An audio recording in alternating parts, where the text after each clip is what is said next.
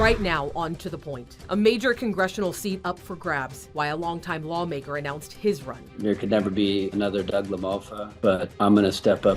A new push to limit corporate investors from buying up homes. Prevent them from scooping up the American dream. How it could change housing affordability, cash back, and cheaper premiums. What President Trump's new healthcare plan could mean for your wallet, and in our Champions of Hope, a group of musicians with a dedicated teacher finding their groove. Everyone in this room seriously impresses me every day.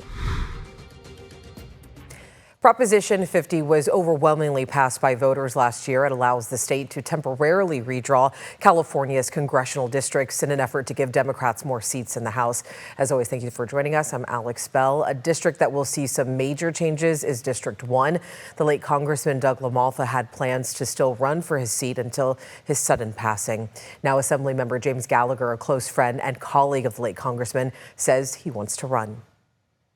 There could never be another Doug LaMalfa, but I'm going to step up and try and provide that same type of excellent representation that he provided.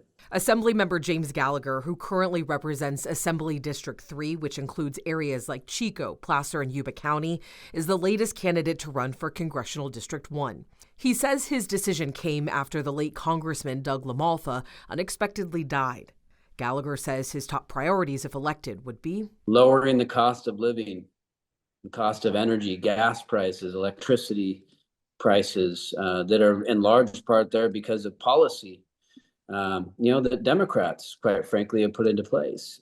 Chris McKaylee, a Sacramento-based attorney and law professor, says due to the late congressman's death, the governor must call a special election for the seat. Pursuant to the state constitution, the governor must immediately call a special election. In other words, a governor can't fill a House seat. Immediately is defined in the California Elections Code as 14 days.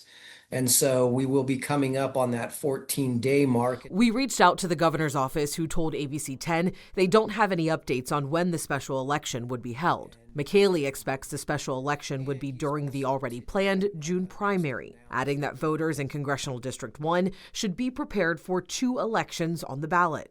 One race will be to fill the remainder of former Congressman LaMalfa's seat through January of 2027. And then the second race will be for a 2-year term that begins in January of 2027.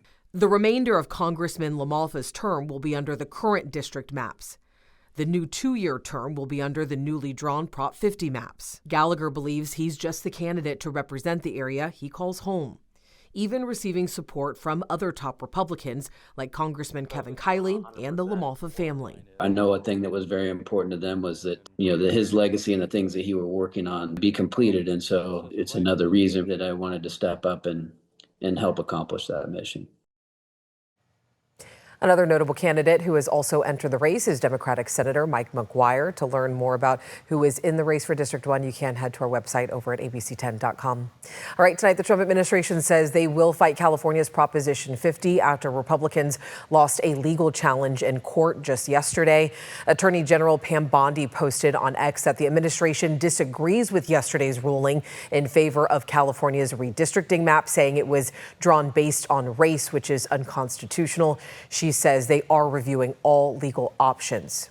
2 judges and a 3-judge panel in Los Angeles sided with Governor Gavin Newsom and Democrats in the legal battle.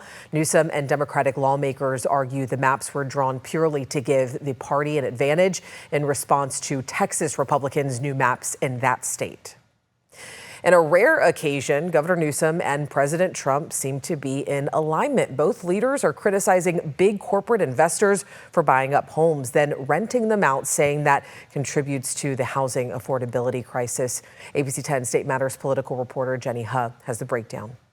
We have to stop Wall Street investment corporations from buying up the American dream. Bay Area Assemblymember Alex Lee is once again pushing legislation to limit corporate home ownership in California. His bill, which passed in the Assembly and awaits a hearing in a Senate committee, would prohibit business entities like firms, corporations, and limited liability companies that already own more than 1,000 single-family homes from buying even more to convert them into rentals. We should ban these corporations who are buying up single-family homes. We should use the tax code, we should use regulation, we should use our Department of Justice to prevent them from scooping up the American dream. Lee emphasizes the bill targets big corporations, not small mom-and-pop landlords. Like Invitation Homes, the nation's largest single-family home leasing and management company with over 12,000 homes in California as of 2024. The company, which recently reached a settlement with California for unlawfully increasing rents, did not immediately respond to requests for comment. They only see them as monetization, as opportunity for profit, and homes are for people to live in. Lee proposed a similar measure last legislative session, which failed, but this time the governor seems to be on board, as is President Trump, who posted in part, quote, "I am immediately taking steps to ban large institutional investors from buying more single-family homes, and I will be calling on Congress to codify it." I think it's shameful that we allow private equity firms in Manhattan to become some of the biggest landlords here in our cities in California. That's going to mean more oversight and enforcement, and it potentially is going to mean changing some of our state tax code. We reached out to the governor's office on what specifics would look like. We did not hear back. But California Attorney General Rob Bonta says this. This is something that others, including myself, have called attention to in the past. It's something that is overdue in terms of needing action. But opposition, too, is loud and clear. It's just too expensive in California. You know, it's less than at least 1% in California of that type of ownership if you're talking about the publicly traded companies. If you want to outsmart the market, then let's just build more housing and let's make sure that everybody in California has the option to buy or rent. Jenny He, ABC 10. And concerns were heightened recently with reports of investors and corporations buying up land in areas impacted by the Palisades and Eaton wildfires. And this housing bill comes as mortgage rates fell to their lowest level in more than 3 years. According to Freddie Mac, the average 30-year fixed mortgage rate was 6.06% for the week ending today. The last time rates were this low was September 2022. Earlier this month, President Trump called for the purchase of a $200 billion in mortgage bonds to try to push borrowing costs lower. All right, tonight, leaders in Minnesota are calling for peace and calm after another shooting involving federal agents happened in Minneapolis. We brought this story to you last night as breaking news. The Department of Homeland Security says a federal law enforcement officer shot a Venezuelan man in the leg, saying he took off during a traffic stop and tried to evade arrest. They say that person and 2 others attacked the officer with a snow shovel and broom handle. DHS says the officer fired in self-defense. The man and the officer were taken to the hospital. The protests have been happening daily for the last week after an ICE officer shot and killed Renee Good. The Minneapolis mayor slammed the immigration operation and also called for peace. For anyone that is taking the bait tonight, stop. We cannot counter Donald Trump's chaos with our own brand of chaos. President Trump is threatening to invoke the Insurrection Act that would allow him to deploy the military on American soil. Still ahead onto the point, the high-stakes meeting in Washington between President Trump and Venezuela's opposition leader. And a little bit later, our champion of hope, how these Sacramento musicians are building confidence and also finding community. And more of the same tomorrow when it comes to weather. Fog early, mild afternoon, highs in the low 60s. We could be tracking a chance of rain, though, next week. We'll talk more about that coming up after the break. But first, another headlines tonight. Actor Timothy Busfield made his first court appearance in New Mexico today. He did not enter a plea. The judge said that he will remain behind bars until his next court appearance. Busfield turned himself in earlier this week over child sex abuse charges. The allegations against the 68-year-old were made by 2 children on the set of the TV series The Cleaning Lady. A family also came forward this week with a sexual abuse allegation against a teen at Sacramento's B Street Theater from years ago. President Trump unveiled his new health care plan today. The proposal aims to lower drug prices and reduce health insurance premiums. It also includes a plan to send money directly to consumers. The proposal comes after subsidies for the Affordable Care Act expired at the end of 2025, which benefited nearly 22 million people. And at least 20 people are facing federal charges in a basketball game rigging scheme. According to court documents, it all started in 2022 in the Chinese Basketball Association. The indictment claims the fixers also enlisted college basketball players to fix NCAA games. The defendants are charged with bribery in sports contests and conspiracy to commit wire fraud. It has been a little bit warmer, and I'm definitely not complaining. Let's get things over to meteorologist Brendan Minchev with a look at our forecast. Yeah, we made it to 65 today. Definitely warmer than where we've been recently. 65 Sacramento, 69 though out in Vacaville, almost 70 degrees. 64 Fairfield, 62 Stockton, 64 down in Tracy, 62 in Modesto, 70 in Auburn and Placerville, 51 Tahoe, 48 in Truckee. Sacramento is almost 10 degrees warmer than normal today. The rest of the valley anywhere between about 5 and 10 degrees above the normal temperature. Made it to 65 in Sacramento. That was the warmest day since December 17th. So it's been roughly a month since we've been this warm in the capital city. Temperatures right now, though, are in the low to mid 50s across much of the valley. So pretty quickly starting to cool off out there, as has been the case for much of the last several days. No wind right now in Sacramento either. 55, 3 degrees warmer than this time yesterday. And that lack of wind will allow for some of that fog to form once again headed through the overnight. So chilly and foggy temperatures, though not quite as cold. I'm thinking upper 30s to about 40 degrees across most of the valley. And for the most part, fog is going to be from Sacramento southward. We're going to see just a little bit of a northerly wind across the Sacramento Valley. That's going to keep that fog from forming as far north as it has been. But we still could see some patchy dense fog again from Sacramento southward. And again, looking at those winds, you see those northerly winds across the Sacramento Valley through this evening and through the overnight. Once you get south of Sacramento, we're really not seeing much in the way of wind. That's why we'll be watching there for the thickest fog development. Foggy, then sunny Friday, 66 up in Colusa, 61 Sacramento, 57 Elk Grove, 61 Stockton, 60 in Modesto, 60s to about 70 in the foothills, upper 40s in the high country. High pressure continues to sit overhead, but as it shifts a little bit further north, that's going to give us that little bit of a north wind for Friday and Saturday. As we move towards the end of next week, that high pressure moves a little bit further west and could open up that storm door a little bit. So I'm tracking some shower chances for next Thursday. Still a long way between now and then, so things definitely could change. Still a lot of differences in the models, but nonetheless, we finally have something a little bit different to talk about, Alex. All right, Brendan, thank you. Right after the break, new postmark rules could impact voting. Coming up, what you need to know to make sure that your ballot counts. And the Venezuelan opposition leader visits Washington with her Nobel Peace Prize, why her medal is sparking conversation outside the White House. Welcome back in. Venezuelan opposition leader and Nobel Prize winner Maria Corina Machado was in Washington today. This was the scene outside of the White House where she was greeted by supporters.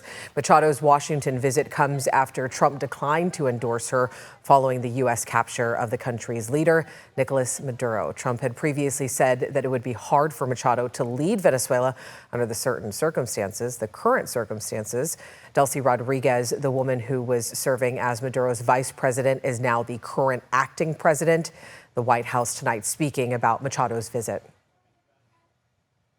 I know the president was looking forward to this meeting, and he's was expecting it to be a good and positive discussion with Ms. Machado, who is really a remarkable and brave voice for many of the people of Venezuela. So the president looks forward to obviously talking to her about the realities on the ground in the country and what is taking place. In her meeting with President Trump, Machado said that she presented her Nobel Peace Prize medal to the president. She dedicated the award to him when she won it last year. Trump has been very public about wanting to win the Nobel Prize. The Nobel Committee has said that the Nobel Peace Prize is non-transferable. Several European countries are sending military troops to Greenland. This comes as President Trump continues to threaten to take over the Arctic island. Troops from Finland, Norway, Sweden, and the Netherlands are some of the countries that are now involved. They'll take part in joint military exercises with Denmark, which is responsible for Greenland's defense. So look at this. There are two new polls that show most Americans are opposed to U.S. intervention abroad. One of them shows 56% of Americans think President Donald Trump has gone too far using the military to intervene in other countries. That survey was conducted by the Associated Press and National Opinion Research Center. Another poll down further, it shows hypothetical military force in Greenland is the least popular, with 86% of voters against it. Action in Iran threatened by Trump if protesters there are killed is also highly unpopular, with 70% opposed. Today, U.S. Senator Alex Padilla joined 13 other senators in condemning the recent U.S. Postal Service postmark changes. This is a story we brought to you before. The group claims that the new policy would make it harder for Americans to vote by mail, especially in rural communities. So the new policy, which did go into effect on December 24th, clarifies that a postmark now revolves around when a piece of mail gets to a regional processing hub instead of when it gets to a local post office. In their opposition to the USPS, the senator wrote in part, quote, moving away from postmarking mail pieces on the date they are received into the postal system presents significant negative consequences for millions of Americans conducting commercial transactions, government functions, which alarmingly includes voting. Now, the Postal Service encourages people to send their mail in, days before that deadline where it needs to be marked. I want to tell you this, though, too. You can also bring your mail into a post office and have them mark it there. That option is free if you go do that in person. All right, next, right after the break, our champions of hope. From building confidence to learning new skills, the Early Birds Band proves that power of community.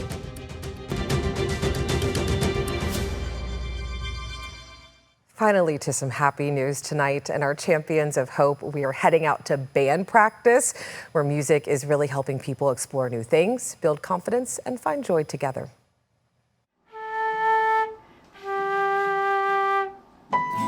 The Early Birds Band I'm begging of you, please don't take my has been playing in Sacramento going on 20 years. Oh my gosh, it's so fun for me because I get to be social, and I'm a very social butterfly. And I get to learn my favorite instrument, which is the guitar. Emily Lucero has been a member for about 3 years now. We got the chance to crash a band practice and listen to them play some of their favorite songs, like A lot of people don't really see, unless they play an instrument, that there's a lot of there's a lot of coordination, there's a lot of memory, there's a lot of timing and pitch, and some of those things are really hard to comprehend. There's like so many layers to that already. For someone who has no developmental disabilities. Dakota Medina, the band's music instructor, says in this studio, every practice is about more than hitting the right notes. I'm so proud of everyone in here for trying so hard. The Early Birds music program operates through Southside Unlimited, a nonprofit that emphasizes individual empowerment. The band practices twice a week. Many of the students we met during practice were still auditioning to join the band. They have to learn 3 songs, and they have to be able to play them along with a metronome or drum to show that they can play on rhythm. They have to be able to play the notes correctly. Other qualities they're looking for: good stage presence, keeping rhythm, and being responsible. Important qualities for when they take their show on the road. Annie, a member for 16 years, told us, in the band we perform at like different menu, like restaurant and library and state capitol. With the Early Birds, they run their band. They set up their gear at their shows. They're their own roadies. They have lots of responsibilities like managing their finances. I might help them learn the notes, but it's all their show. Teacher is absolutely phenomenal. I feel like he has taught me so many chords, and it is so cool. He said I was lightning fast at it, and that really boosted my confidence up. And while the students are learning rhythm, chords, and notes, Dakota says he's learning something too. I feel like working this job has helped me to understand communication on a different level. Just understanding humans better. It's always like a lie how much comprehension there is. So everybody, fakes how much they understand. So I'm able to use certain techniques to understand how much I've gotten through and how much people have gotten through to me, and communication is better for everybody. Slow down a little bit and then it goes up on the melody. And everyone in this room seriously impresses me every day. Sometimes, someone has a bad day and everyone helps them get back on track. Like this space and this studio, there's so much respect here.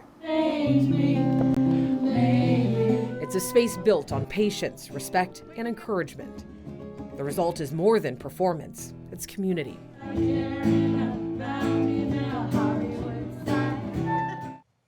And fun. If you couldn't tell, we had a lot of fun during this shoot. Thank you so much for letting us crash band practice. And I do want to mention you can find the Early Birds on YouTube as well as TikTok. They have a TikTok, and also Southside offers music lessons, recording studio rentals, and workshops to the public if you do want to check them out. As always, thank you so much for watching, for always inviting us into your home.